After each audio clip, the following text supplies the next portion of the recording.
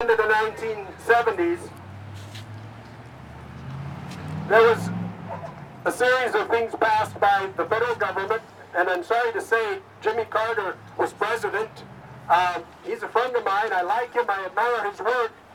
But he signed some bills that took away payroll tax raises. Payroll taxes were raised. The tax on capital gains was dropped, and unions were crippled. This was 1978, 1979. Between then and 2006, about 20% of the people in this country saw their income go up by 0.3%. The middle 20% saw their income go up by 0.7%. The top 1% saw their income go up by 260%. Good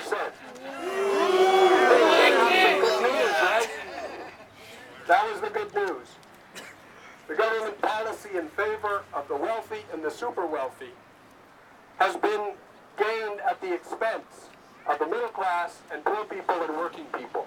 And there's no other way to talk about it. And if you want to call that class warfare, well, it is. Yep. It's warfare of the 1% and the super wealthy against all the rest of us. Right. Yes. Now, 2001 to 2007 was the period of greatest economic growth in the last 35 years. The median income of non-elderly working people actually fell during that time. The percent of people in poverty rose during that time. We're talking 2001 to 2007. Now, that was a Republican president, one we know well.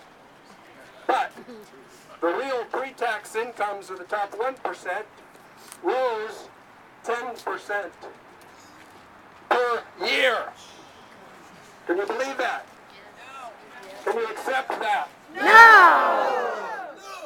Tax the rich! The middle class has stayed even in the last 35 years by working harder, more people working per family, and by going into debt. That's no way to live. No way. You can't keep it up. And religion, the religious right played into this. The Republicans got lots of people to vote against their own economic self-interest. And how they did that was by initiating a culture war, which we're also not supposed to talk about. Yep. But the culture war was the way they won the class war. Now, there are people revolting against taxes. There's the Tea Party, taxed enough already. Who do they vote for? They vote for Republicans. What are these people thinking? Did they remember the Bush tax cuts? Did they remember that 80% of the people in this country got a $600 tax cut, if that? And the top 1% got how much? $38,500! Preach it! Tax the rich! Right. So, Jimmy Carter, Bill Clinton, George Bush, every president, in fact, since 1979, has worked against the middle class in one way or another. We have to hold them accountable no matter what party they're from. And we have to say, this has to end. And one of the reasons it has to end is that the Supreme Court just declared, again, that corporations are people. We need to work to change federal law. Now, I'm not in favor of going back to the 19th century, except for one thing. In the 19th century, up until about 1880, corporations were not people. That's right.